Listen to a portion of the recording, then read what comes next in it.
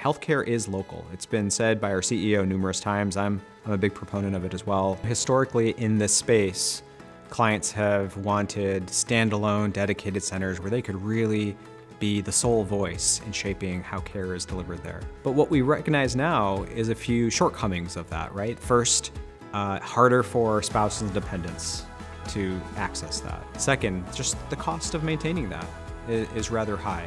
And especially today when many organizations have moved to remote workforces and now they're hiring all over the country, also makes it even more expensive if you don't have the volume of patients.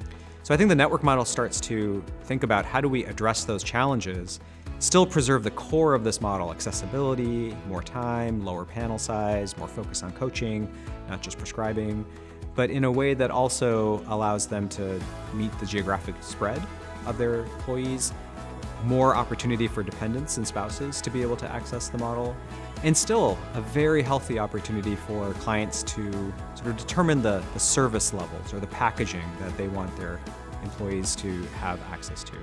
So just because you share a clinic with another employer doesn't mean that the sort of shape of the benefit is diluted in any way.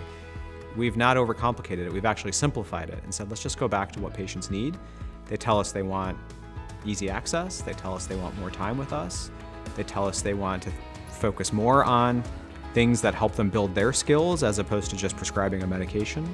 And so those are things that we hire people to do and that we train them to keep doing while they're here. You really can have it all, right? You can address some of the core failings of the traditional system because we're not on insurance, and we believe that you need a fundamentally different funding model in order to enable a fundamentally different care model.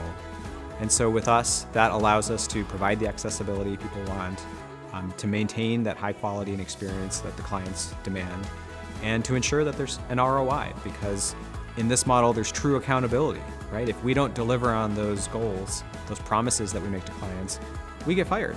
And so it raises the bar for providers in a way that doesn't necessarily exist in traditional healthcare to make sure we're continuing to understand and meet the needs of our populations as well as our clients.